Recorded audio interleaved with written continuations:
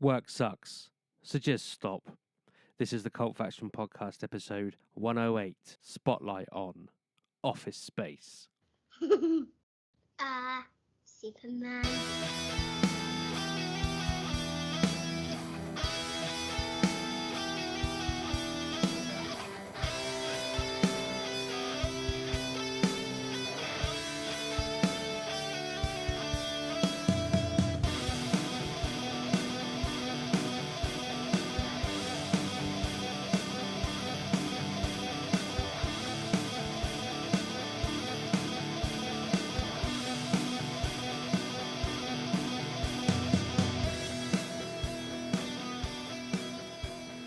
Hello, and welcome to episode 108, the Cult Faction Podcast, where we're going to put the spotlight on Office Space. I genuinely forgot for a second there what we were putting the spotlight on. It's your choice, isn't it? I know, it's just, I've got so many buttons to press now, it does my head in. Alright, Captain Kirk.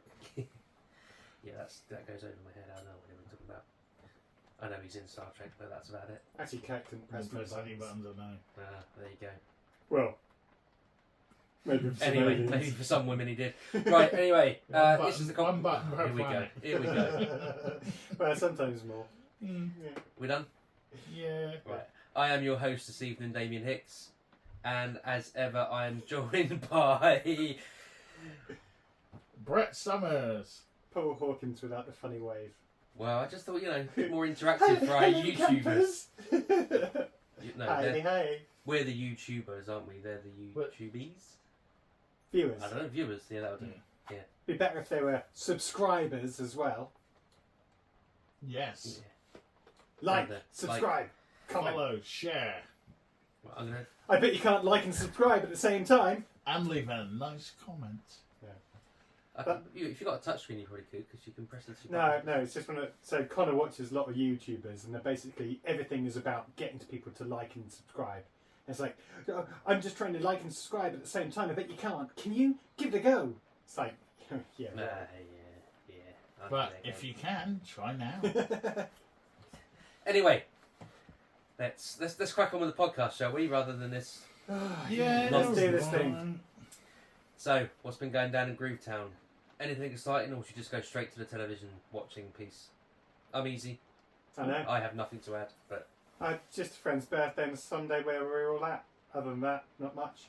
I went on a small tour of India where I scoured a few marketplaces and found a mysterious puzzle box that I brought back. yeah, just I wondered don't where wanna we were talk going about it. with that. just leave it where it is. Don't touch it. Leave it alone. Would you like to go? No, I don't touch it. Just leave it. It Did looks you move really that? cool and puzzly. Did you move that? No, I moved No. it. Alright, okay. You never touched I it. touched the frame bit underneath. You Just never touched- dragged it across. In the hope that it might get picked up by the camera. If the wall behind you start moving, then If you're listening and not watching, Cenobites are jump coming. over to the YouTube and you'll see a very familiar puzzle box that Damien. It's been a long-term fear, isn't it? This has been like your kryptonite. Achilles isn't it? heel, yeah. Achilles heel, kryptonite. And we're not talking about a Rubik's Cube. No. So let's just leave it alone. Okay. Leave it there. So let's go straight onto television. I've done nothing this week. There you go. I went to the dentist today. That's about it. Ooh. Yeah. Hygiene thingamajiggy, what's it? Ooh. So my teeth feel a bit funny now and all kind of Yeah. but it is what it is. So, Mr. Hawkins, what Hello. exciting television treats are you going to regale us with Well, today? in the past few weeks, it's been blockbuster films. This week, it's been TV series. Ooh. So, Tell me more. Tell me more. Gold are basically going through Inside Number 9. So I put that on record. Oh, sweet. So I'm on series 2. You know it's on iPlayer. You could just Yeah, whatever. But then that Just say, means don't going make into the it too iPlayer technical app for and you. it never remembers my log on. Anyway, so What- at least what there. episodes have you been watching? So season 2 at the moment. So I think I talked about the one where there were the witch trials. Yeah. Yeah. So this week I've been mainly watching Cold Comfort, where he goes to that helpline, it's a good yes, one. I like that yes. one. Yeah. That's very good. and Nana's Party. That's the one with The these very practical high jokes. Yeah, and tries to hide under a cape. There's a lot of bait and switches in that one. That's Yeah. a clever. So yeah, really, really enjoying them, and Cool. it's nice that I've got them to watch for the first time. Yeah. As I say, it's a great show. Even the worst episode is better than most other things. Yeah, so Yeah. watched a couple of those. Finished off The Witcher. Season Did he 3. enjoy it? Is that the new season? Season 3, yeah, done all that now. Any good? It's got a few flaws, but it's still good. So I'm still now 2 episodes into season 2. No. I really like season 1, but So I think season 3 is a bit better than season 2. They're just a bit. Should I go back and finish season 2? That's the Yeah. question. Yeah. You Yeah, can't- yeah. you Yeah, died don't out a sound little bit convinced. there. Well, no, get through it, and it's still worth it for like I was watching. a bit like Stranger Things when there was that season you just had to slog through, Yeah. and then the next season. but was it's alright. worthwhile Yeah. watching. Well, I think From's going to be that next season, but Ooh. It's worthwhile watching like the Bard's relationship grow with Geralt and Ciri and all that kind of stuff, because season 3 there are some bits of try and play on your heart, and he really comes into his own as well. But it's good. It's just a couple of shaky bits. Mm-hmm. So have you watched From then? So even though you haven't watched anything. I didn't say I haven't watched anything. I said I haven't done anything. Oh, okay. Sorry. Just saying. Yeah. But okay. So yeah, that was Maybe I Witcher. will then. Maybe I will. And we found out. Well, Shell found out that she's still paying for Paramount Plus, so she forgot to get rid of the Woo! free trial. Brilliant news. So we've also watched The Hollow Quantum Leap. Ooh. She was really enjoying All that. of, is Yeah. that, they're not all. They're not all. Well, no, on the- there's on 8. the No, ones- isn't yeah. there? Yeah, but we watched them all. So did I. Actually, really likes it. Well, yeah, I think. I'm sure I said last week. I don't dislike it. No. I just think there's a number of things that are wrong. It was but quite easy to get back into that good old fashioned. Oh, he's just trying to do some good, isn't he? That type of stuff. I completely The last get. one I watched was it The Exorcist? No, just the one where they escaped from the boarding school or whatever it was, and they went to a hut. Oh yeah, Or the place that Bill and Ted were going to be sent to. Yeah, in the military first. school. Yeah. Well, yeah. That one. Yeah. But I get your points, and yeah, it misses a little bit from the original, but still watch the whole lot, still enjoying it because it's based on the old premise. Yeah, I think there's enough in there. Yeah. Like the callbacks and all that, and the like I said the other week, the ongoing story arc is what's going to keep you watching it. It's just there's just a few little details, but And I really if you're a casual viewer of Quantum Leap, you probably wouldn't even have noticed them. I like the bit where Magic Winston Zedmore was like giving his recount from what he remembers Yeah. of being the thing. So you get the like what you said with the waiting room, you get their perspective of it. Yeah, All that. and all you've the got- things we wondered. And you've got other people travelling through time space as well, and you know there's this journey that they're on, the place that they need to get to, but they don't know how many leaps it's going to take. Kind of depends on how many viewers the series get, I guess. But it's good. It's just nice, wholesome fun. It is. And because we've got Paramount, we've watched, I've watched everything. No, so the other one we started watching was Your Honour. Oh, that's the one with Ron Perlman, isn't it? Bryan Cranston. Oh no, what am I thinking? Oh, there was something else.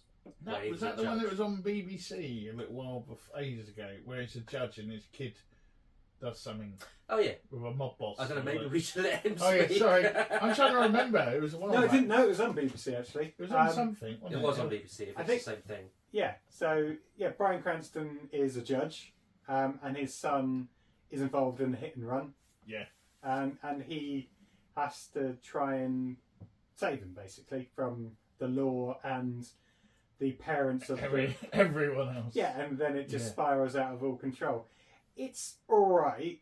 I guess there seems to be a lot of the same Breaking Bad type vibes, as in he's just a good man trying to trying to survive in a world that's out to get him in the sun, and he has to, go on the wrong side of the law to do that. But no, it's good. There's just a few things where you kind of think, "What are you doing, you stupid kid?" Because he makes some bad decisions, and if you were Bryan Cranston, you'd probably just want to slap him around the head and say, "What are you doing, you knob? That doesn't make any sense." All right, but yeah, it's okay. It's a good bingeable box set at the moment. But I think we're only something like 5 or 6 episodes in, which isn't bad for 1 week. And that's basically it, other than playing Fortnite quite a lot with Connor. And we've got to the point now where we're coming first quite a lot. So he's more than first a lot, and you're no, hanging around. No, we are proper tag teams now. He saves me and gets the reboot cards. Sometimes I did it to him a few times. We are slaying the competition. We get the gold crowns pretty much all the it time. A little while. I remember when it came out, and I just had. I still can't build. Just sort of Asian children shouting abuse at me and killing me. What about the game? Yeah. So other than that, So you're not started watching Yellowstone yet, though? not yet, because we were going to, but then I know that she'd seen that, and I thought, oh, we liked Breaking Bad and Better Call Saul. Bryan Cranston said, yeah, let's watch that instead. Fair enough. But we will get round to Yellowstone. Yeah. Cool, Mr. Summers. Right, well, Quantum Leap has been something I've been catching up on because I've got the time to do it, and I was really annoyed when it was like there are no more episodes. Yeah. I think one's gone on today. Oh, is it? I think there's 9 now, but I think I was up to 8. Yeah, What? the last one. I thought that was it. No. That's it's like a mid-season break. They've only put 8 out of the. however many 20 it is. on there. I Yeah, think. something like that. Brilliant. Okay. Yeah, there's more to come yet. But if they're only doing one a week, I'm gonna wait. Yeah. But the Exorcist one I thought was really clever. Yeah, that was a good one. I can't remember the name. And the San Francisco one, which apparently was the original pilot, but they retooled it. San Francisco. With the earthquakes, he's got to find the sun. Because he's gone back to, to Oakland. Yeah. Or whatever it was. The only thing about Quantum Leap is I'm watching that thinking, I'm sure Sam did something very, very similar. I mean, apart from the Wild West one. Yeah. But even then, I think he turned up in some Wild West show or something. Yeah, he was a stripper, I think. Wasn't he? One with Something like he's that. got like a cowboy hat on, and he was like, oh. Yeah, it was a couple cool. where And then he was like, then he realises what it means. Where he's an actor Yeah. on set because he's just been kicked through a window or something. Yeah. But so I've been enjoying that. Again, I just want it to. It's one of those, to me, it reminds me a bit of like what the X-Files was like, where I'm enjoying the weekly episode, but I want the ones that the storyline, the story arc. Yeah. Is that what we call it these days? Yeah. That's like yeah. Does that make sense? Yeah, Yeah, perfect sense because it's We've said it. Yeah, no, that's what I'm saying. Just I zones like out. the other bits. He zones out. No, that's what I'm agreeing on. You do the same You thing, asked though. me what I think. Yeah, that's because you're talking about Star Wars and Marvel and Speaking of which, Loki. the Kate's journey into Star Wars has continued with Attack of the Clones. Oh, okay. Because we've watched The Phantom Menace, which you really liked. See, I rewatched The Phantom Menace a few years ago. Yeah. It was better, wasn't it? Ignore Jar Jar. Almost blank that bit out. And actually, it's alright. Yeah, but I feel guilty now because I didn't like Jar Jar, but when you read what happened to that poor bloke, Ahmed Best, and like he always jumped off a bridge and stuff because of all the hate mail, it was like I never hated him. I hated Jar Jar. Yeah, but he was fine. He did what he was told to do. We just didn't need a silly little kind of thing in there. And when I did watch it, they were trying to like. You could tell there was a few catchphrases they were really trying to push in that film. But Attack of the Clones, we enjoyed it, but it was a bit battley, a little bit too much fighting. Although she did say it is called Star Wars, so she imagined there'd be a war. But she liked the bits more. I mean, she wanted more stars. She likes the dialogue bits and right now, and like the Jedi and the Sith and all that sort of thing, rather than just people flying around shooting each other all the time. and Okay. somehow winning That's a by fair accident. assessment. Yeah. So it's Revenge of the Sith next. So I'll keep you posted. She won't like that one then. Ooh. There's one bit I'm waiting for. Yeah. He did what? Star Trek Strange New Worlds, which on Paramount. This week's or the most recent episode really went dark, and I'm talking really dark on sort of the casualties. You try and bring up the contrast a bit. I was going to say that. It was almost. I thought I've been too sarky already for this. It so was far almost. this podcast. I'll keep quiet. I would say it was MASH-like. Oh, okay. In a real kind of, you're in the war. Because basically there's a Klingon guy who comes on the ship who's a ambassador now. But he done this sort of massacre in the war, and some of the people on the ship were involved with that massacre, but they can't forgive him. But they've got you now because he's this nice ambassador guy and he's reformed or whatever. And it's like, yeah, but I lost all my friends and that. But it's done in a real kind of MASH-like way with a serious kind of thing on, like, post-traumatic stress and how it affected. And it was just sort of like, this is a bit deep for stuff, But he's also a Klingon, so he'd probably just tell them to grow up a bit, and then challenge them to a duel. But it's all kind of. But you've got that to watch, so I don't want to give too much away because you'll enjoy it. But it just still kind of really... annoys me because the musical episode's coming out soon, and they've done the track list for that online. We just don't need it. But Anson Mount's really cool, so he can just sit there and just be cool. Yeah, cool. Well, I've got Paramount now, so I might watch that. Cool. So I've watched that. Been watching, ironically, Mike Judd's new Beavis and Butthead series, which is really cool. It's Beavis and Butthead. There's no stunning plot twists. No. They're still trying to do it all. There seems to be more of Butthead picking more on Beavis now and questioning the morals of Beavis's mum a lot. But yeah, it's really cool. But in a lot of you still get the music videos, and also you get a lot of like clips of like TV shows and I guess YouTubers. So it's kind of like Beavis and Butthead Gogglebox. Yeah, almost a bit like that. Yeah, and but it's still it's funny. It's Beavis and Butthead. Don't go in there going, well, that was a bit lowbrow. It's Beavis and bloody Butthead. So I keep saying to people. But yeah, I just remember them just dissing Stone Temple Pilots. It's like, I won't do the voice, but that's not Eddie Vedder. Why is he trying to be Eddie Vedder? What's he playing at? I remember the Karma Comedian one when he goes, I'm a man, then switches his drink out and goes, you're a what? And the other show I've been watching on Netflix, it's been on a while, but I'm slow to the party. Atypical. Don't know if anyone's seen that. Recommended by Kate. I've watched the first episode. It's a kind of, I guess, sort of sitcom drama, and it's a sort of teenager, and he's autistic, and it's kind of he's narrating it, and it's his view of the world. And it's quite cleverly done. There's somebody who works like with students and stuff like that. No, it's American. Oh, okay. Oh, there was the A word. That That's was the A word. That was good. Yeah.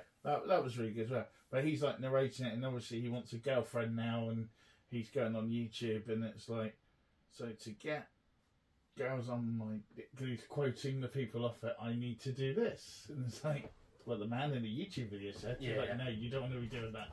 Oh, what was the zombie thing that you guys said was on Netflix? Oh, Z Nation. Z Nation. No.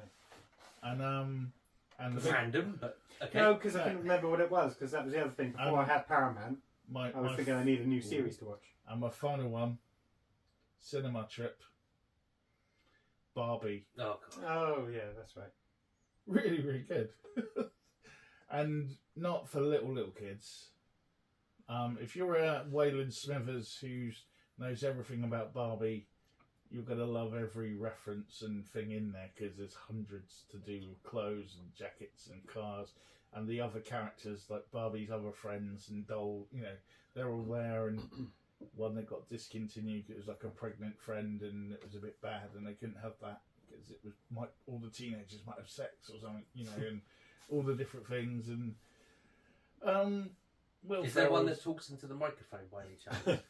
No. Right. Will Ferrell is Will Ferrell. Yeah.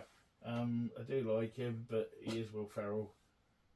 And yeah, no, it's really good, really clever.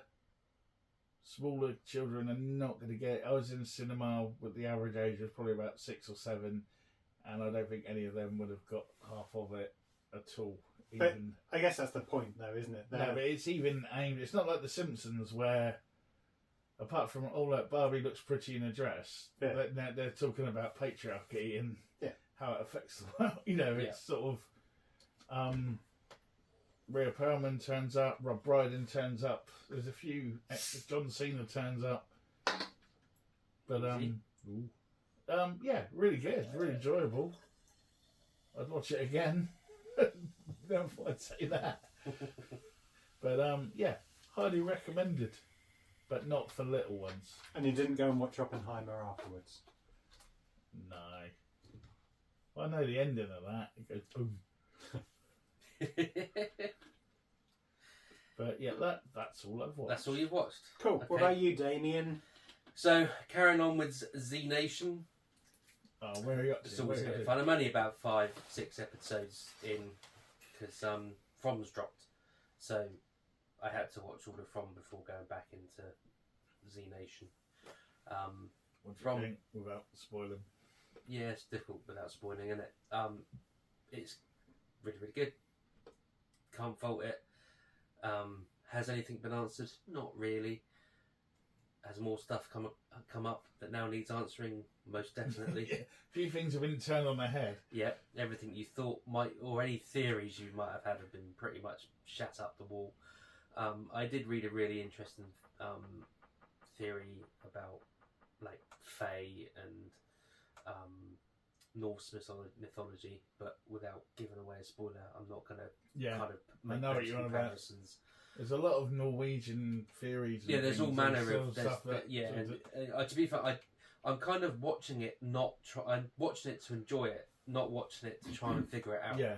So I'm not, and it's only when I read that and I went back and thought about some of the stuff that's gone. Oh yeah, okay, yeah, that I can see why that would be such and such a character, or why the boy is, you know. Any favourite new character? I was really hoping the Malfi guy on the bus was going to get killed. It's just like, you're a twat, you're a fucking knob. I was just like a Stifler. Yeah, like, I just thought I generally thought they brought him in to be killed, but obviously, well, at least not in this season anyway. But yeah, it's cool. It's good. Cool. It's just a shame we got to wait another months. Plus probably more now because of the writer's strike. Yeah. Did you enjoy Harold Panaro in Z Nation as well? Yeah, Chris. What was it? 1 episode, maybe 2? I can't remember now. Look out. Was he one of those, you know, like they do with some shows where they attach a name just to get it up there, and then he's like, I'll do 1 episode. There'll be a bit more of that as it goes along. Yeah, I'm guessing it's going to go to that sort of way of doing things, but yeah, it's really cool. The last one I've watched is the one with the hurricane hitting the town. I'm forgetting their names now, but they go back to one of the main characters' hometown to escape a hurricane because she's got a basement thing that's hurricane proof.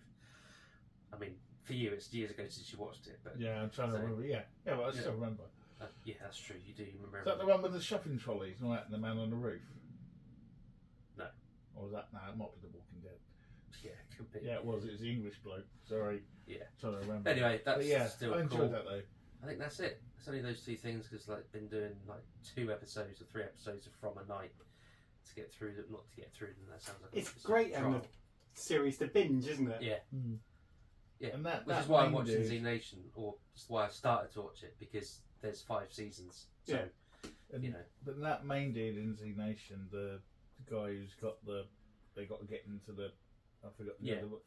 Why is he not in more stuff? I thought he was. Yeah, I've not seen him in anything. Yeah, no, yeah, I've been looking around and he's one of those. He's done a play at the Canadian People's Theatre or something, and something else, and it's like he's clearly good. Maybe he doesn't want to. Not everyone wants to. Well, everyone wants to be on TV 5 nights a week. True. I'm sure the money would help. True. Cool. Right. Well, that's what we watched. Cool. Let's move on to the spotlight, shall we? Yeah.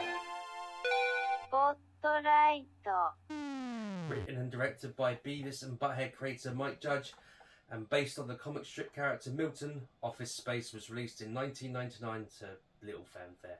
Costing $10 million to make and only grossing $12 million at the box office, it was a box office flop. However, repeated runs on Comedy Central meant it sold well on home video and is now considered a cult classic.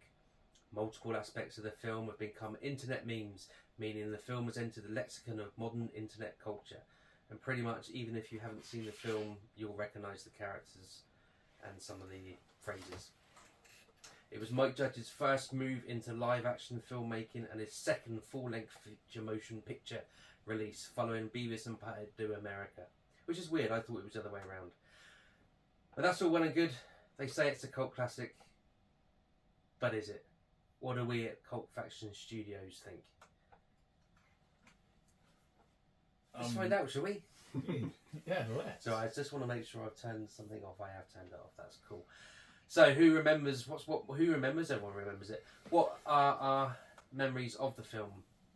It was a film I found surfing the channels, and at the time, Like that. it was advertised as it was Jennifer Aniston starring in. You know, like on the little Yeah. box. But it had directed by Mike Judge, so I knew who he was and was a fan of his previous works of art. And so I went in expecting nothing. It's one of those, like midnight looking through, come back from the pub looking for something to watch type things. And yeah, it was brilliant. I really enjoyed it and could relate it to my life at that point. Cool. Mr. B? Mr. B? That's Hello. Mr. B. Mr. P or Mr. H? I answer to either. So I haven't seen it. Really? Hadn't seen it, rather. I have now. Yeah. I was getting confused with Dave Made a Maze. Because I That's a remember great film, isn't I it? remember looking at the picture and it was the guy with all the post-its, and in my head I got confused. Yeah, so I hadn't seen it. So this was a whole new experience for you? Yeah, it oh, must that's have- interesting. It That's must good. have passed me by because I was probably out drinking for a few years. Then I moved to London and was working and drinking for a few years.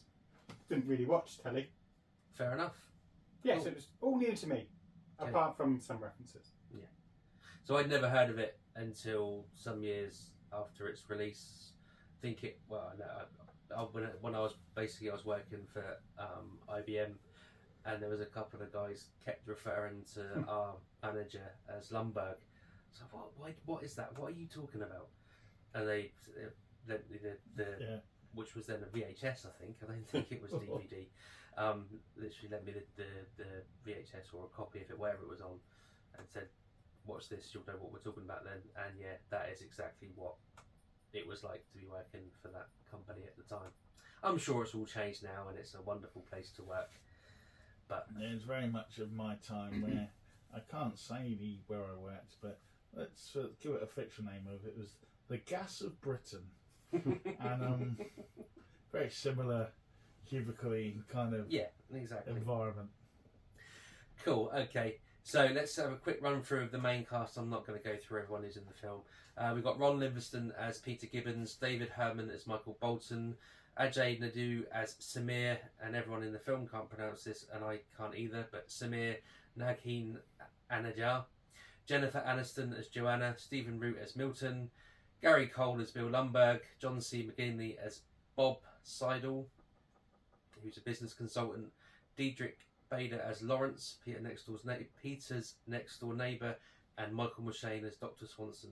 There's a few other names in here and people you'll recognise, but to be fair, they are the main cast and the people that I've called out in the synopsis. Mike Judge has a little cameo. Yeah, he doesn't does. himself, Yeah, he's but the boss in the restaurant, isn't he? That's not TGI Fridays. It's not TGI Fridays, yeah. Cool. So we'll run through the plot as we normally do, give our little opinions and snide remarks, etc. as we go through. Now, I've done this plot and I did it very, very quickly, so as Doc would say, I didn't have time to paint it or build it to scale. It's a bit raggedy around the edges. Forgive the spelling mistakes and grammar mistakes. Just do your best with it.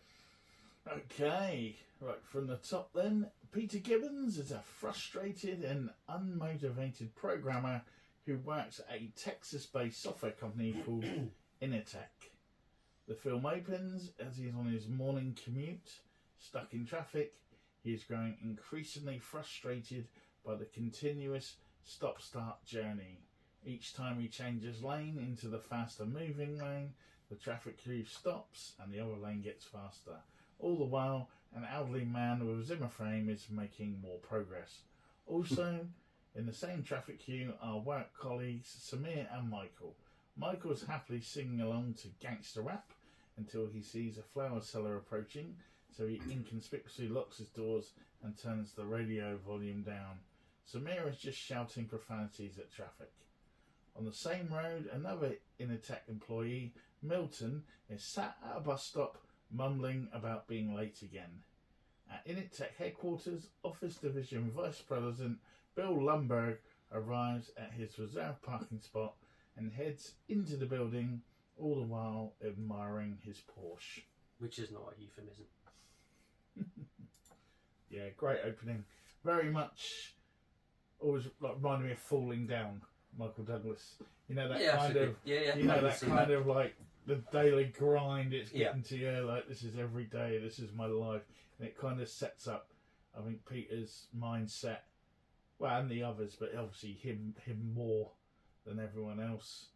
We get a glimpse of Milton and Lumberg. You get everyone's positions in life. All their personalities are done in that first 30 seconds. You've got, like you say, Peter he's not interested. He's just had enough.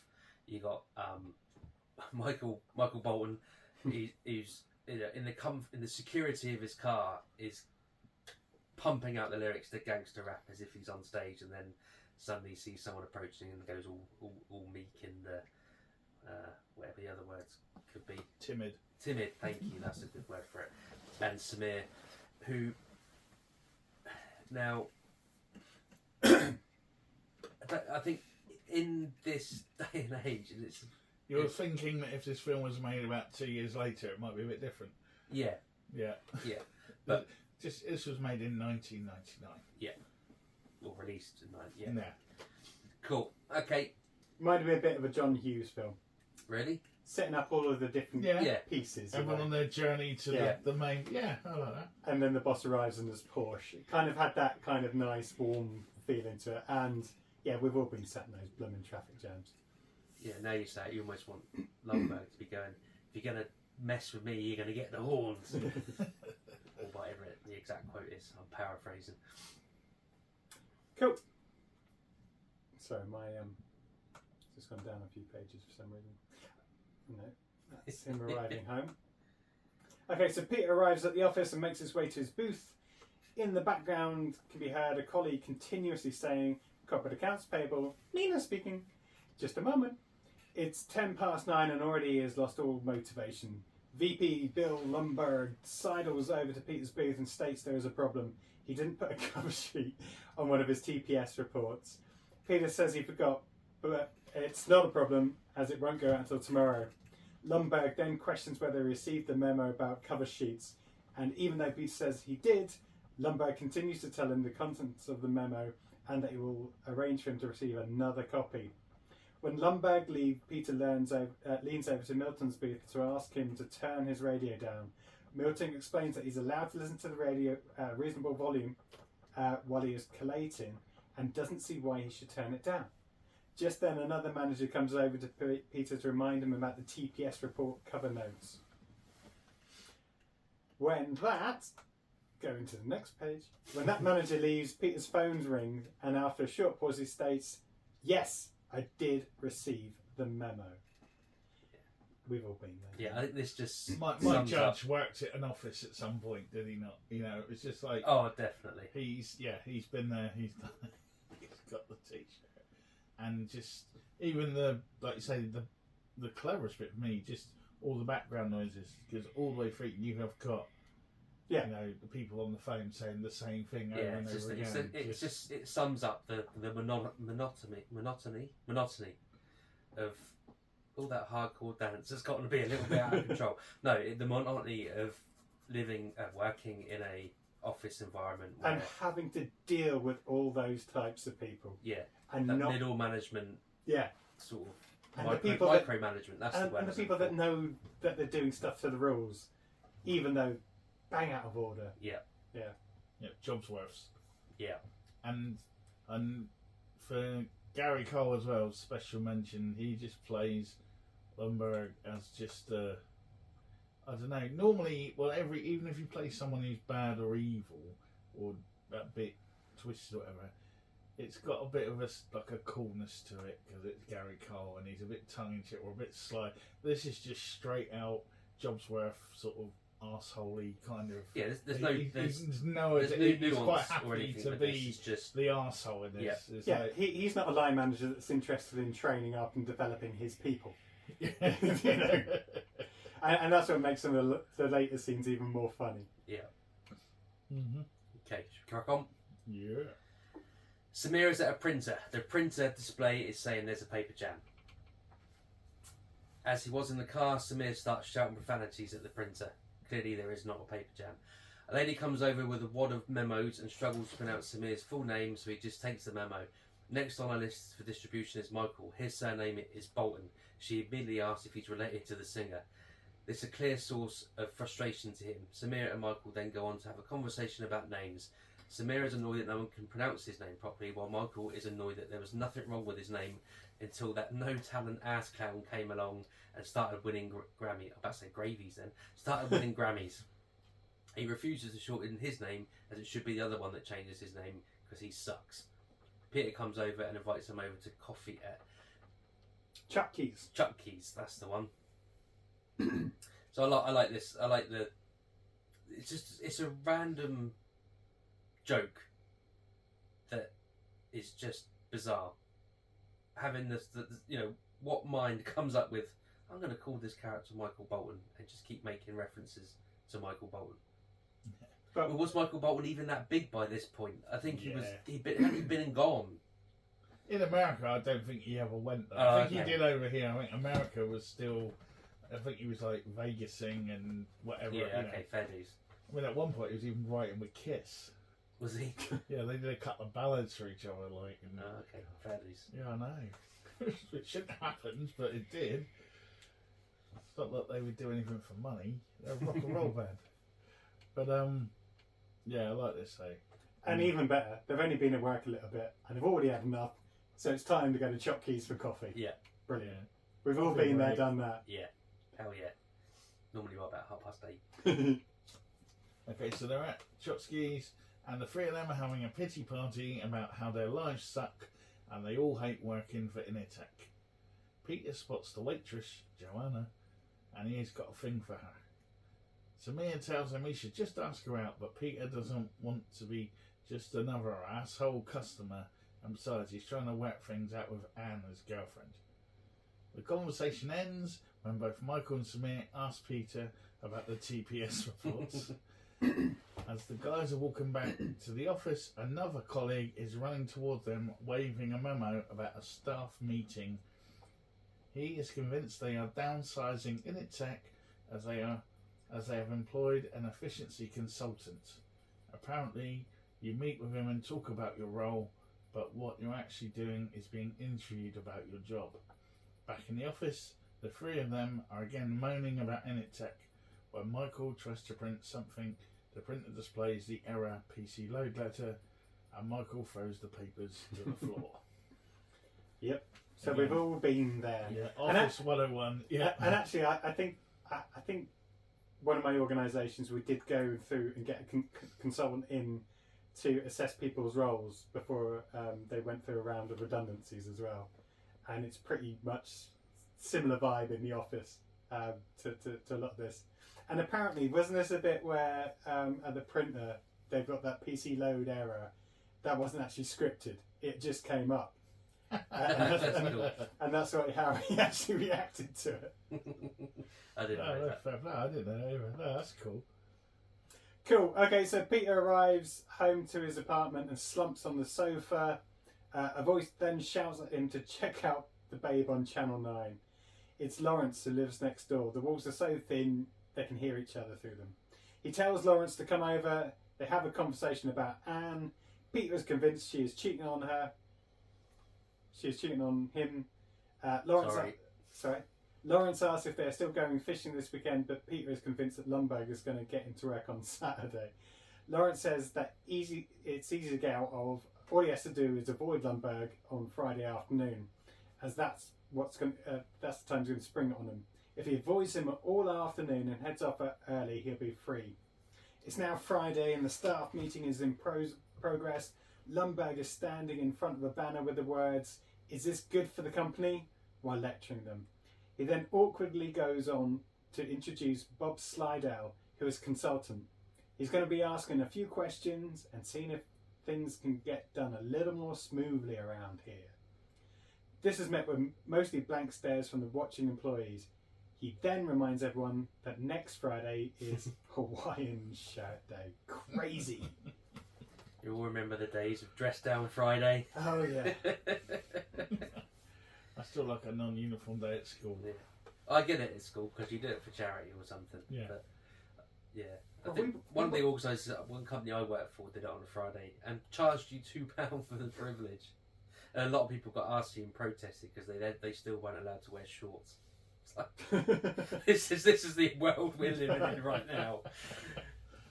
I like Lawrence the neighbour. Yeah, I think he should have had a little bit more airtime in the film. To be fair, It was weird though. Apart from Jennifer Aniston, he's probably actually and Stephen Root, but he's probably had a bigger career than most of the 3 stars.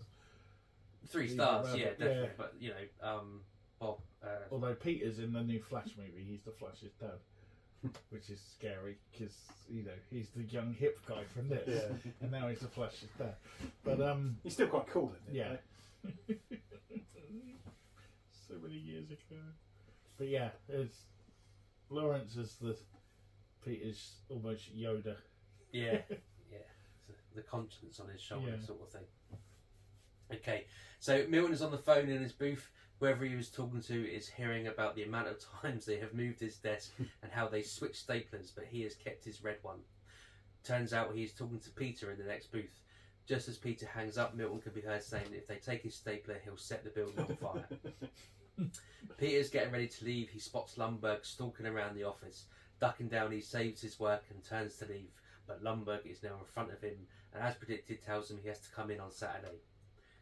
Then, as he's walking away, he turns to him and says, "Oh, gonna need you to come right on in and come in on Sunday too." That evening, Peter is at a hypnotherapy session with Anne. He explains how much he hates work and every day is the worst day of his life. The therapist hypnotises Peter and tells him to feel relaxed and stop caring about his job until he snaps his fingers. However, the therapist suddenly dies of a heart attack before snapping Peter out of it. Peter sleeps soundly through the next day, ignoring phone calls from Lumberg and Anne, who angrily breaks up with him while confirming suspicions that she has been cheating on him. Nice Mike McShane cameo. Yeah. Yeah. Who bizarrely looks younger in this than he did when he was on Whose Line Is It Anyway? He's lost a lot of weight. Yeah. And Robin Hood, wasn't it? Well, yeah, but then he obviously Whose looked Line's older Anyway, in that, that was- to be fair, because, being the friar and whatnot. But yeah, in Whose Line Is It Anyway, which was about 5-7 years before this, he looked really old, and then suddenly he pops up in this He looking got really healthy. young. Yeah. Healthy, yeah. Healthy, yeah. And I believe he's still with us. As far as I know. Yeah. So, well done, Mike McShane. But yeah, a great little bit. It's a nice little setup to get. It's like you can imagine when you're wanting to make the point of this movie.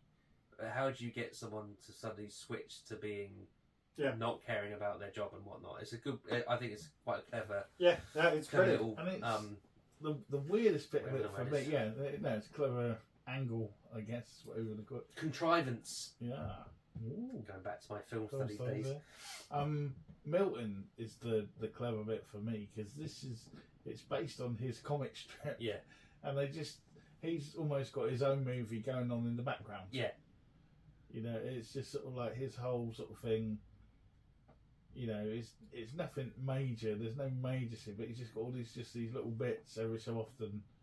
and he's there, he's involved, but he's not in the ones we're following. If you know what I mean. And that's the best thing as well, because Yeah. we've all worked with people like that. Yeah. They're all in their own little world. Oh God, definitely. And and we'll see what happens to Milton later.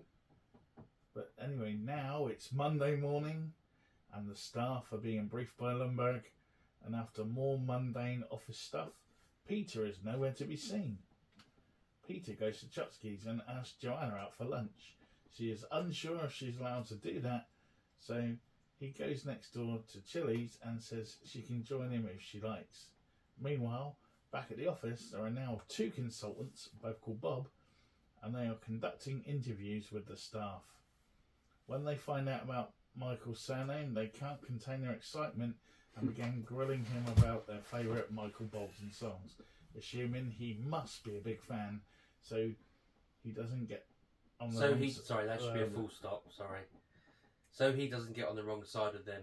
Oh yeah, so he doesn't get on the wrong side of them, he just goes along with it because obviously he wants to keep his job. Meanwhile, Peter is in Chili's and Joanna joins him. Ooh, hot date. She explains to him about the buttons on her braces, or badges if you're from the UK. Sorry. And they are called flair, and each employee must wear at least 15 pieces of flair. Think TGI Fridays. Peter goes on to say that he hates his job and that he just isn't going to go anymore, rather than actually quit. When she asks what he plans to do, he says he just wants to take her out to dinner and then go home and watch Kung Fu. This seems to be a revelation, as she loves Kung Fu too. Who doesn't love David Carradine? See, I thought this was going to be a reference to True Romance or something. I don't know why, because obviously that's what is it? Clarence, is that his name in True Romance? I'm sure it is. And Patricia Arquette, I forget her character's name. Yeah, but that's his thing, and that's exactly how they start dating, is through watching Kung Fu movies. I just wondered if it was a reference or they were going to add some more to it. They didn't, so. But yeah. Sorry. That's right. And it's again another one of those corporate typical things. She has to wear a minimum of 15 pieces of flair, and her boss is just grilling her because she's only wearing 15 pieces. It's like, well, yeah, that's the minimum. It's like, this is it. It's like if you go in 9 to 5. Yeah. You never stay late when I'm contracted to 9 to 5. Yeah. Yeah, but you could go that extra. It's like, no. Yeah. And also, it's like the whole thing with the flair. It's forced fun. Yeah. Express yourself through flair. I like the bit as well where Michael Bolton is going along with it, because it's one of those things you do once and then 10 years later you're like, why the go along with this? Because it's people still think it or make reference to it, and people are still it's too late now. Posters of Michael Bolton. But it really does, that mundane office politics or job politics even with this, because Joanna's not, she's in a restaurant, not an office, but you get that job's worth mundaneness. Yeah, it's all the principles through, are all exactly there. The middle management that think they're the it's like they're God. Yeah, the security guard at the front of the building is job's worth and acts as if he owns the company. It's that kind of scenario, isn't it? Yeah. Oh yeah, definitely. Right, moving on. Lumberg is talking to the 2 Bobs while slyly looking at Milton. When the conversation is done, Lumberg approaches Milton's booth and tells him he needs to move his desk as far back against the wall as possible, and then takes his stapler. Bastard. Peter eventually shows up in the office and heads straight for his booth so that he can write down Joanna's number. Mike reminds him that it's his turn to go and see the Bobs. Peter strolls in and explains to them that in any given week he does about 15 minutes of work and that he has no motivation. When the interview comes to an end, it's clear the 2 Bobs are impressed with what he has told them. As Peter is leaving, Lumberg tries to talk to him, but Peter just walks right past him and leaves. It's like, 2 fingers up. It's a great scene. The fact that these consultants are just blown away by his honesty, and he's instant managerial material. And just the fact that he's accepted he's done now. He's like, Yeah. I'm done. I've told him that. I'm off. It's like, what's the point? Right off into the sunset. It doesn't matter whether we sell 50 million and more units. I don't get to see any of it. I'm just here doing the minimum amount of work to get me through the day. And not get fired. Yeah. Yeah. I think the two Bobs, particularly the one that was in Scrubs, I forget his name now. I think they just play it perfectly as well. Yeah. They act out the part of those type of characters that most of us have all met, and they do it perfectly with their, let's just talk, and I am talking hypothetically here, it's like making sure they're making no commitments whatsoever, leading an employee as far as they can without actually making any promises. We all come across that type of manager or that type of consultant over the years. At least I know I have. I've had so many jobs. There we go.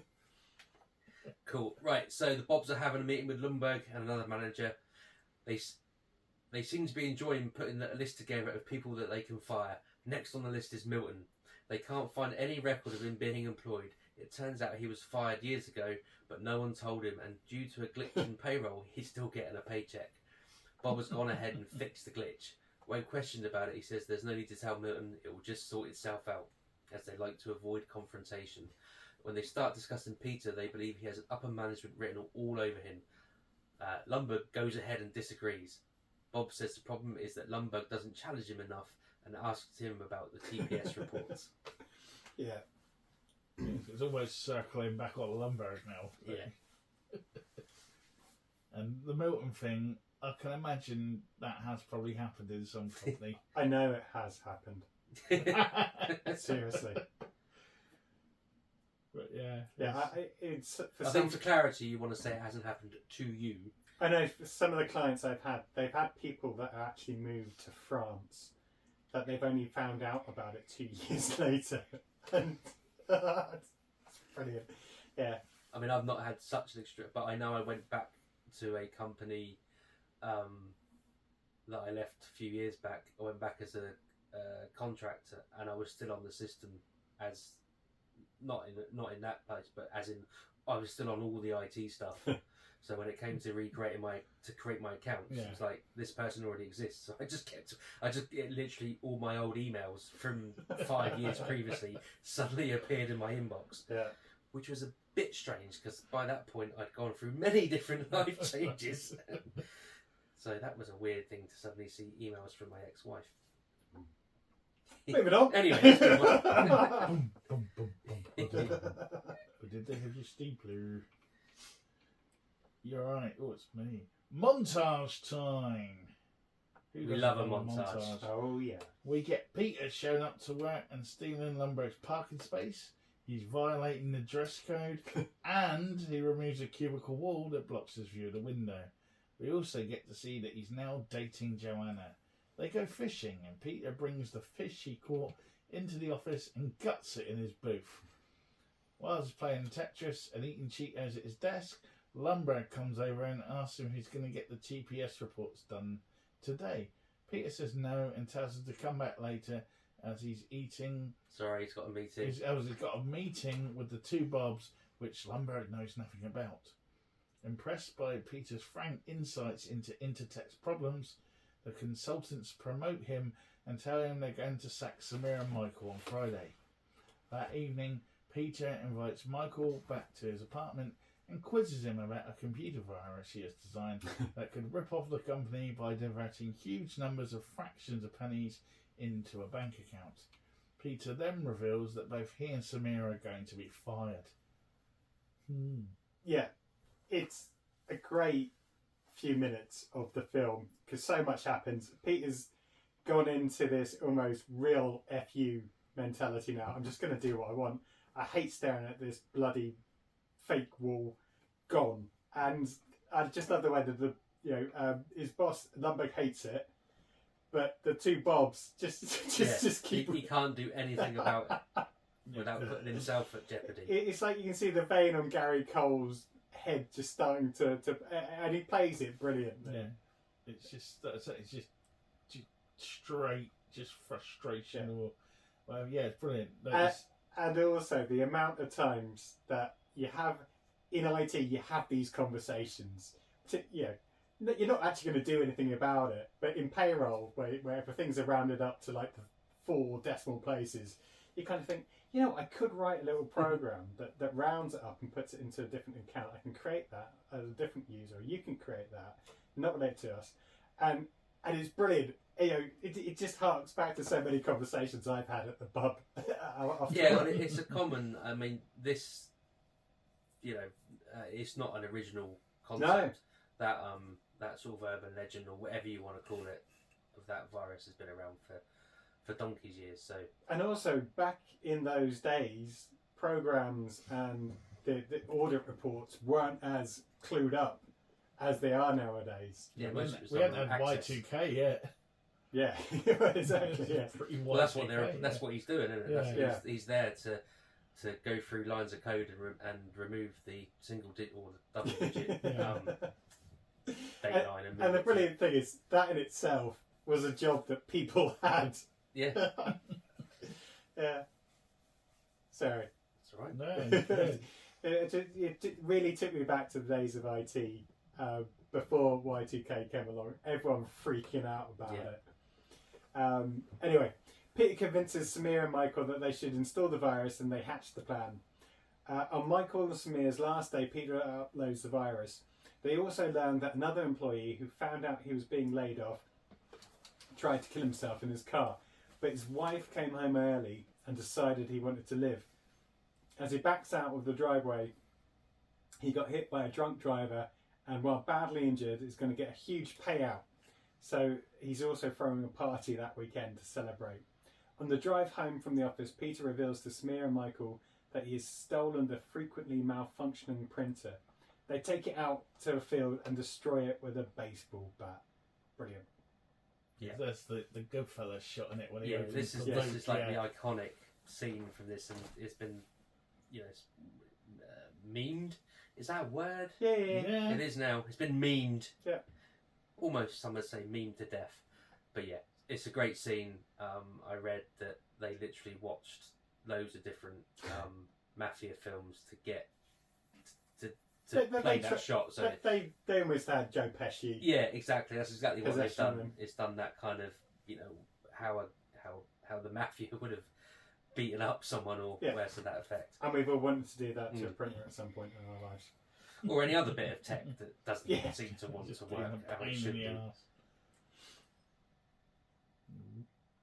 Oh, it's me.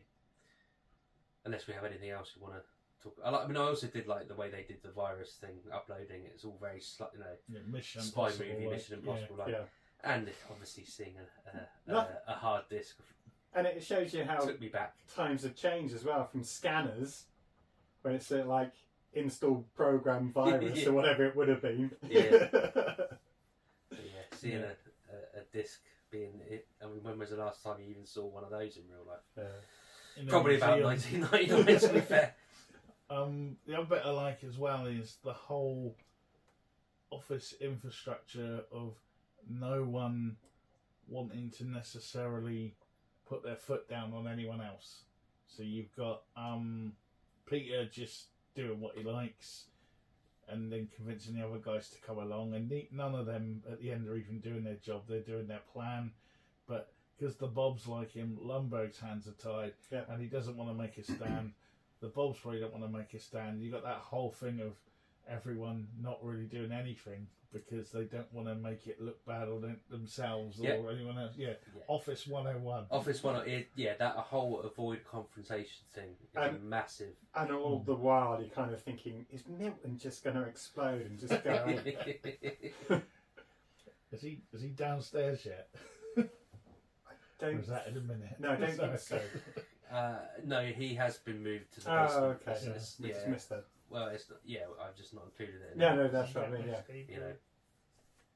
So it's weekend party time. Peter hears rumours from a colleague that Joanna has at some point slept with Lumbergh. When Joanna confirms this, a heated exchange leads to them breaking up. Frustrated with her job, Joanna quits in response to another lecture about her lack of flair. On the following Monday, Peter discovers that a bug in Michael's code has caused the virus to steal over $300,000 across the weekend, which guarantees they will be caught. Back at the office, it's Lundberg's birthday, and Milton is concerned about getting a slice of cake. A big piece of cake. It's again the character, the way they play these characters is just so good. Yeah. You know, I've forgotten his name, but Stephen Root. that's the fella.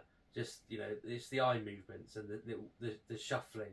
You know, Yeah. with no words are being exchanged, you know exactly what's going through his mind. Yeah, 100%. Peter, Samir, and Michael are trying to figure out what to do about the money problem when Peter brings up the fact that Joanna slept with Lundberg.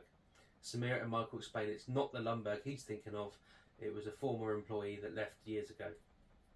Peter decides to accept full responsibility for the money problem, writing a confession which contain put in an envelope containing travellers' checks for the stolen money. He goes to meet Joanna, who was starting a new job, and the two reconcile. Yeah, I like the bit where they check the account and what? Yeah, because it was supposed to be over the period of like 10 years Yeah. or something, Yeah. when no one would notice. And the old bait and switch with the not that Lundberg, the young hot Yeah. football player Lundberg Yeah. dude or whatever it was. And yeah, that was quite cool. And again, I quite like the contrast with the old guy. I've forgotten his name now. Is it Bill Murray's brother? I'm not Oh. entirely sure if it is or not. I've not looked But it up. I there know is in the exactly who you wheelchair, mean.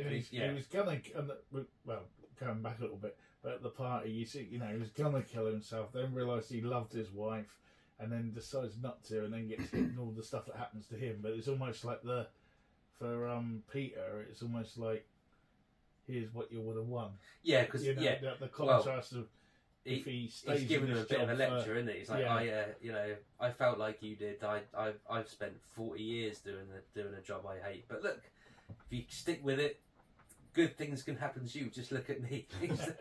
Two broken legs, his head's in a wheelchair, in a- cast up. yeah. Yeah. And also, even though Peter's decided to accept responsibility and own up to everything, with everything going on, you kind of think, actually, there is a bit of a glimmer of hope that he's just going to get away with it. Yeah.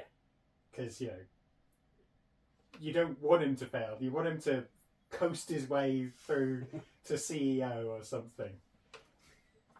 Which could happen. Yeah. But what was me now? Right, so that evening, Peter slips his confession under Lundberg's office door. The next morning, Milton is complaining to reception about his desk move, lack of paycheck, and his stapler being stolen. My stapler. When she tells him to go to his desk and wait, Milton decides to go and retrieve his stapler from Lundberg's office. When Peter arrives at the office, the building is burning down along with his confession, and he sees Milton kind of shuffling away. Sometime later, Peter is working construction with Lawrence clearing the debris from the fire when he stumbles across the red stapler. He retrieves it so he can return it to Milton.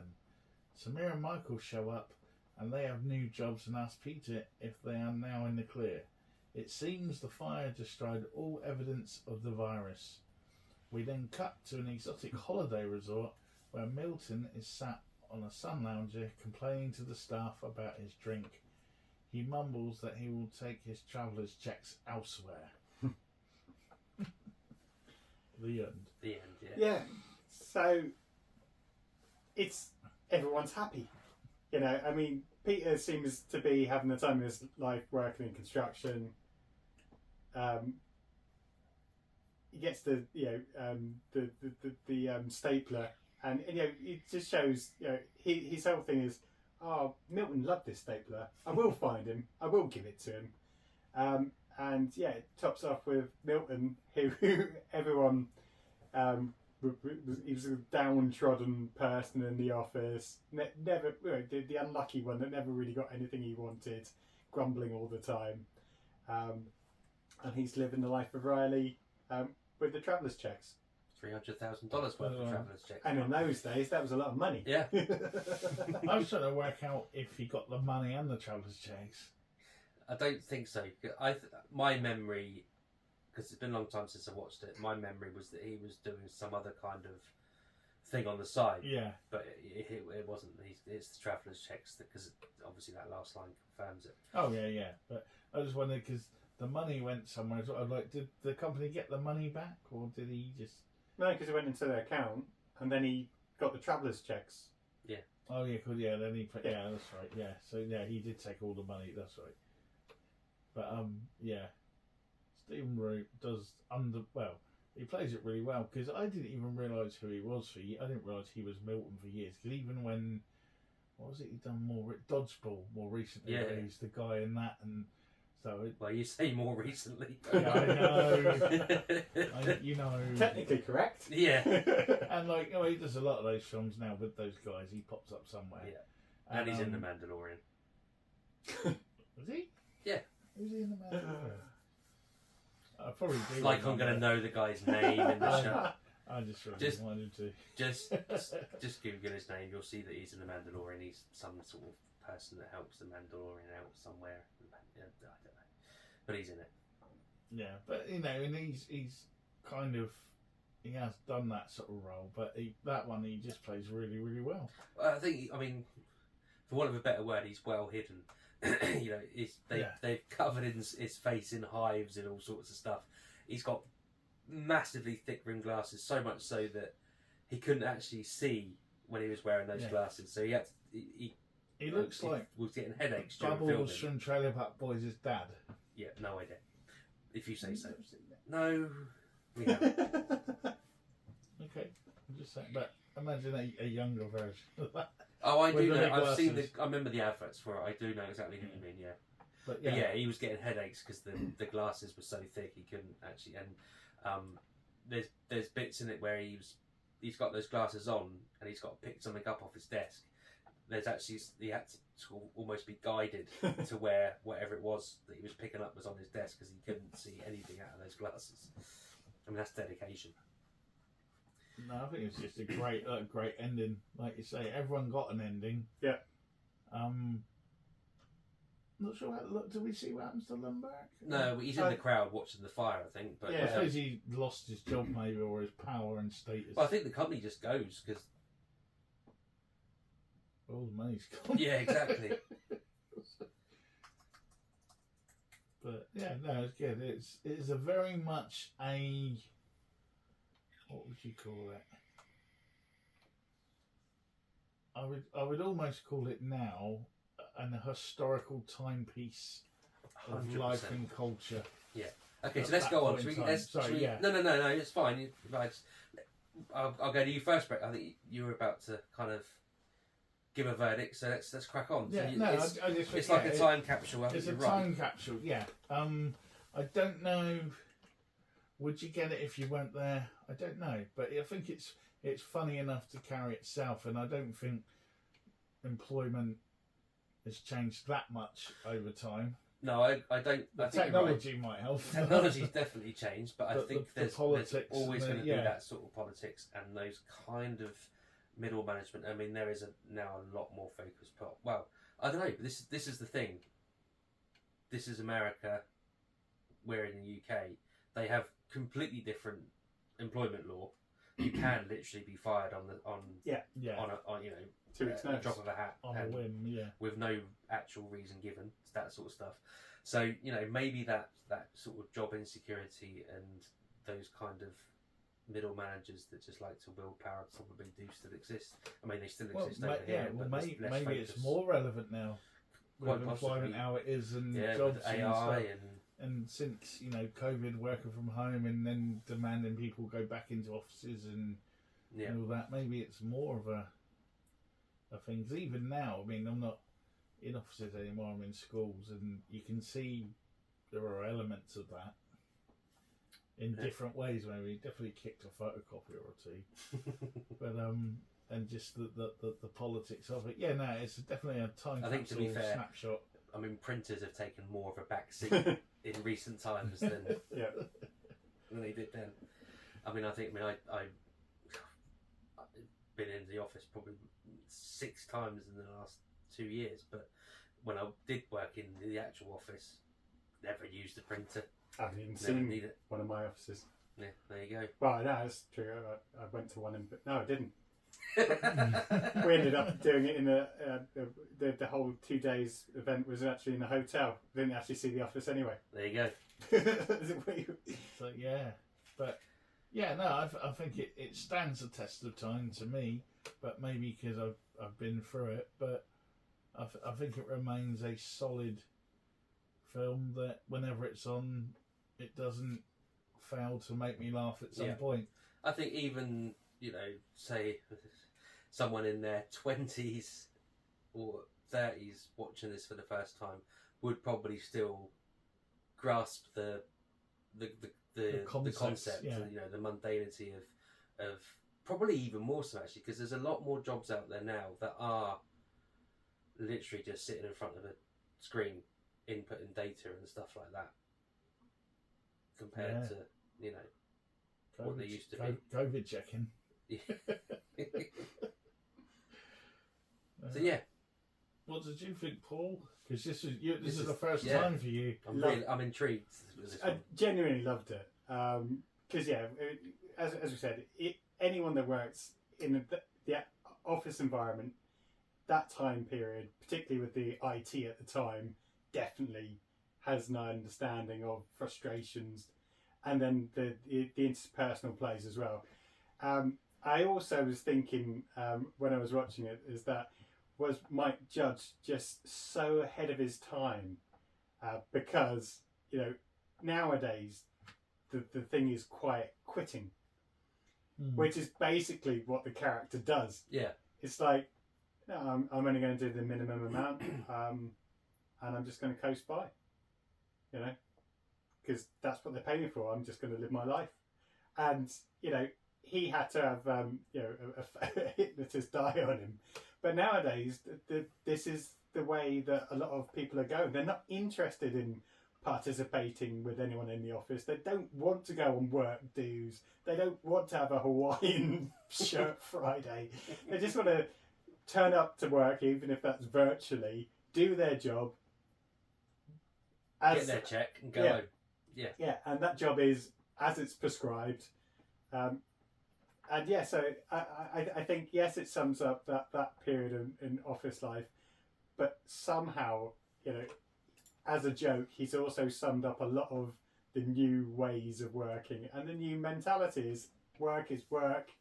It's not the be all and end all, and life is more important. And that whole work-life balance, I thought really, really funny.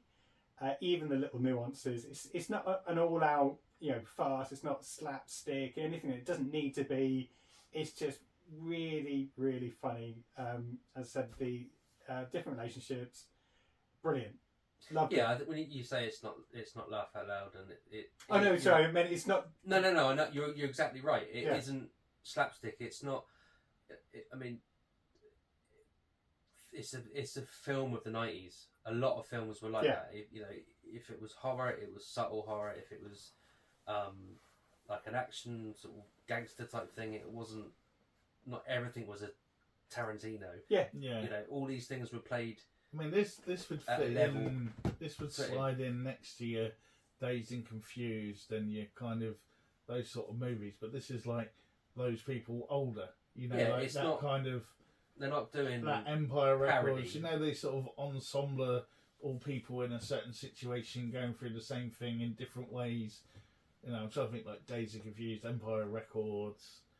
Again, like you were saying at the beginning, your John Hughes type Breakfast Club in way situation, but this time they're all working in office and the characters and that. Yeah, no, definitely. I agree with both of you there. And also, I guess the key thing for me is for the first time, probably in a long time, watch the film. Is it Michael Bolton? No, it's first time in forever. Go on, sorry. It's a film that I would quite happily go back and watch again. Not in 2 years, not in 4 years, in a couple of weeks. I'd quite Cool. gladly just go back and watch it again because it just made me happy. it It really did. Yeah. You know, I wasn't in tears of laughter, but it was just funny. It was like an hour and a half of just constant giggle, well, not chuckles. Constant joy. Yeah. Just joyous film Yeah. to watch. So yeah, I really, really enjoyed it. Yeah, I think it shows the range of Mike Judge because we obviously Beavis and Butthead is a phenomenon, is or whatever, and it's he made a few quid out of that. Then he had King of the Hill, and we know about that. But he did. I don't know if you remember Idiocracy as well. Yeah, but I was going to say when when Paul said he was ahead of his time, you need to see Idiocracy because that is now. Yeah, that is definitely stuff like that. And then one I was just having a look through, and there's all sorts of things he's done, but there's a series called Silicon Valley, 2014-2019. Yeah. And I didn't know he did that. Actually. yeah, he. That had rave reviews. This is a new one on me, but there's about 4 seasons of it, I think, and yeah, I mean 8.5 on IMDb, but this is something he wrote and directed and produced and all that, and it won 2 Primetime Emmys apparently, or something. I don't know. I'm just looking through, but I don't know much about this, and it seems like a more modern office space, Yeah, it was basically setting up of those big IT industries and all the entrepreneurial type characters. sort of Think of Elon Facebook Musk and all that kind of thing. Yeah, all that sort of Zuckerberg type thing. Oh, cool. I'll have to look for that. Damien, Oh yeah, we're back. We're Office Space. I just yeah. realised we're on me. You finished. Yeah. Cool. Thoroughly enjoyed it. Part of the reason I enjoyed it, which I don't know if is really a valid point to make when it comes to rating a film from a particular time period, is I really enjoyed the nostalgia. Like I said earlier, the hard disk, just looking at that screen when they have the computer screens on, and it's like, yeah, I remember that. Windows NT or whatever, it might have been 95, I'm not sure, I can't remember. Not NT and 95 pretty much look the same, so but that whole nostalgia of seeing old school, I mean even booths of those wall things have pretty much gone now. They don't really, again, in the UK they Would have don't been really Windows exist. 98. Could have been. Depends if they updated their software or how often they updated their software.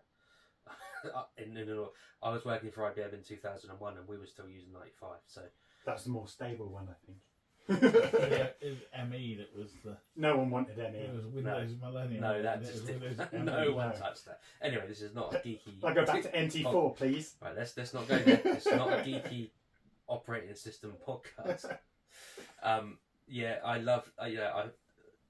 mean, TGI was at its height of popularity back around this time as well. Everyone was going to a TGI, so to sort of satirise that work environment as well is such a really clever thing to do. Performances, as I've said again, are brilliant. Not just from the main 3 leads, but all the supporting cast. It's like everyone's kind of read the script and really brought into the concept and brought into I just think their it's characters. that whole load of struggling actors. Yeah, who probably have it's those like we've jobs, all yeah. been there. We've all done these mundane, data entry jobs or whatever, and worked for these shitty companies that just chew you up and spit you out. So yeah, and a bit like you, Paul. Well, I won't watch it again so soon because I watched it independent or on its. I watched it full through the other night, and then I watched it again to do the synopsis. So it kind of makes you not want to go back straight away and watch the film again. But yeah, the fact that it's free on Disney Plus means that I can do that any time I like. And Jennifer Aniston's possibly best work that I've seen, although You need to. We Are the Millers. Okay. Yes, We Are the Millers is good. Even what's that one with Ben Stiller? I mean, I'm not a Ben Stiller fan, really, to be perfectly honest. Along Came Polly. Yeah. She's been. Because this is back when she was doing they're not indie films, but they're not your blockbusters, are they? She was doing a lot of She was doing like more It's- cooler it's kind of. It's Friends here, yeah. Yeah, is Friends here now. was out in But this is- '94. This is trying to be sort of.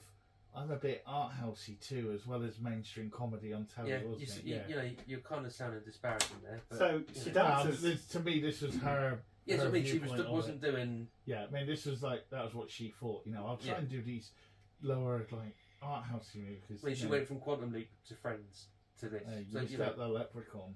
that's before Quantum Leap. And she dances in Along Came Polly, but I Raise You with her dance in We Are the Millers. So I remember that now. She The has. only bit I remember from We Are the Millers is when they're singing "Don't Go Chasing Waterfalls." I just find that hilarious. So she has to dance to the bad drug dealers to escape. Yes, yeah. And Brett, you need to watch that. Right, I'll put it on my list. Cool. It's a great film. I have now. Well, I have put it on my list. Cool. Okay, so we go to verdicts, shall we? Mm-hmm. Go to Paul first for a change. I'm going to give it a solid 8.5. Cool. Yeah, for all the reasons we talked Yeah. about. Yeah, I will go a solid 8. Work-based comedies do not come much more funny and realistic in that way. As I say, not in a slapsticky, mind out, you know, Yeah. Sid James or whatever.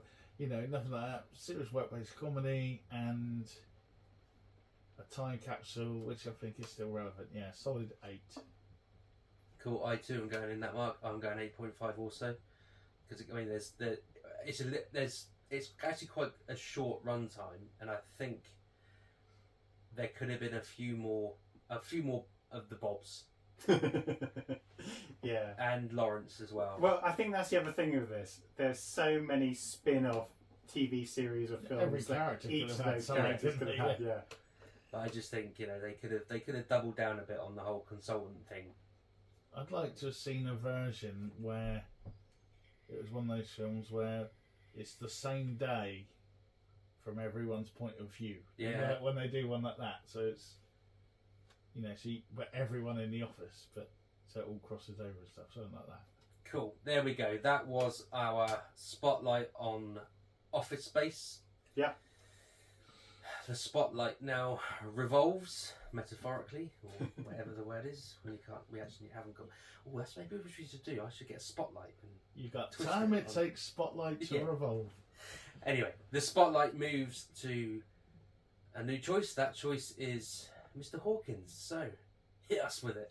Okay, so I don't know if I can compete with that, so I'm not going to. But I am going to take us back to 1986. In a comedy vein, I don't think I realised it was a comedy when I watched it when I was probably a teenager.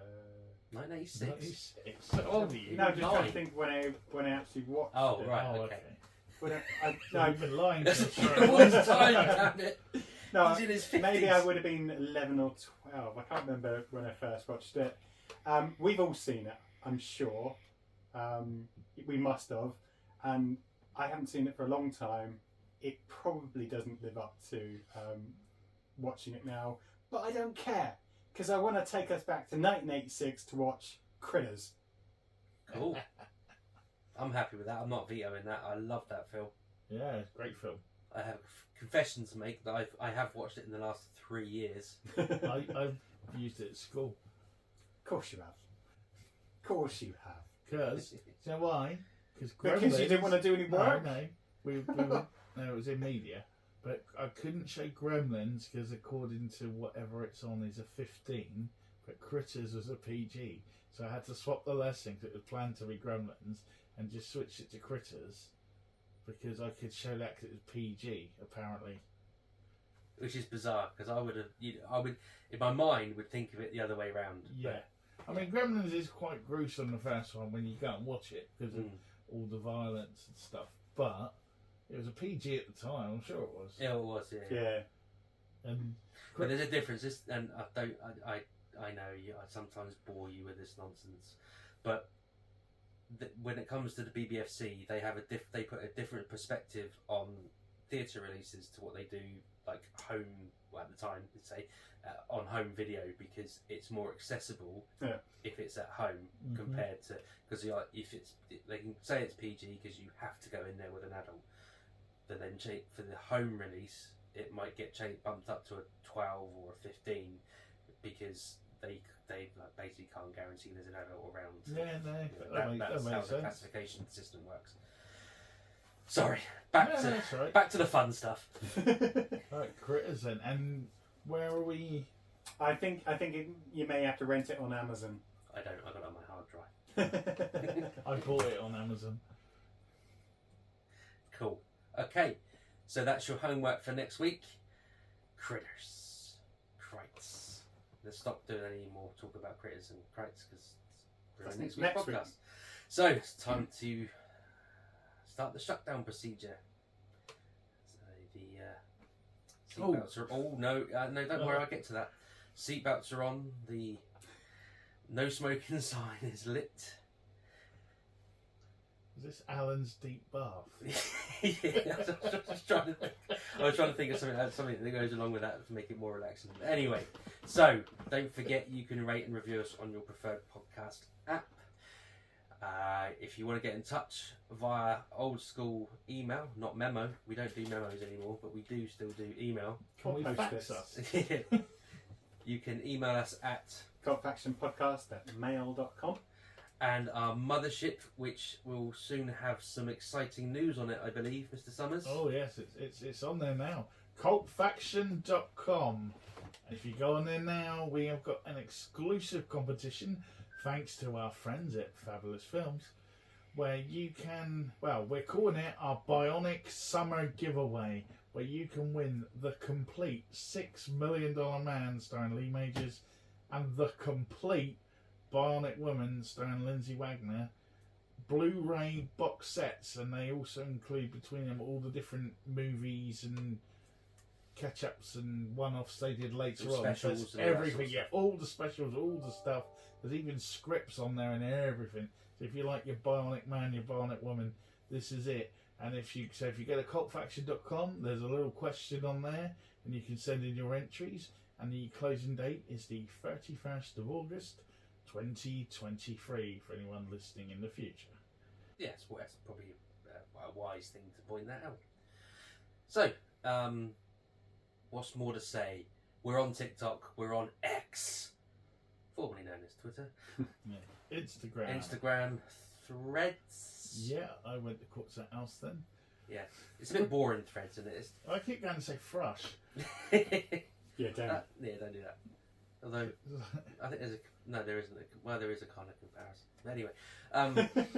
But yeah, most social it's like Twitter media is the rowdy pub that, you avoid most of the time, but every now and again. Well, now it's the pub cool that's got a new landlord who barred everyone. Yeah, but even so, it's still anymore. rowdy. And they've changed the name of the pub, but everyone still calls it the old pub's name.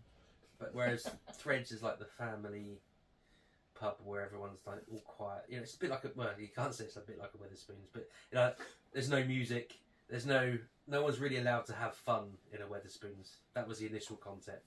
It's just there for drinking. Yeah, and that's it. Anyway, you smell the piss in the air. That was a random jaunt into my psyche, I think.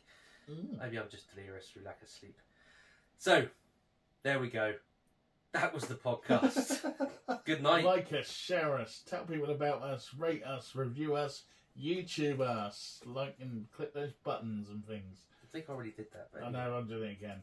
Fair enough. That's my psyche. Alright, cool. In that case, good night. Farewell. Good morning if you're listening to us on your way into the office. In that traffic jam. Yeah. Don't change lanes, it will slow down. It'll be alright. Stop talking.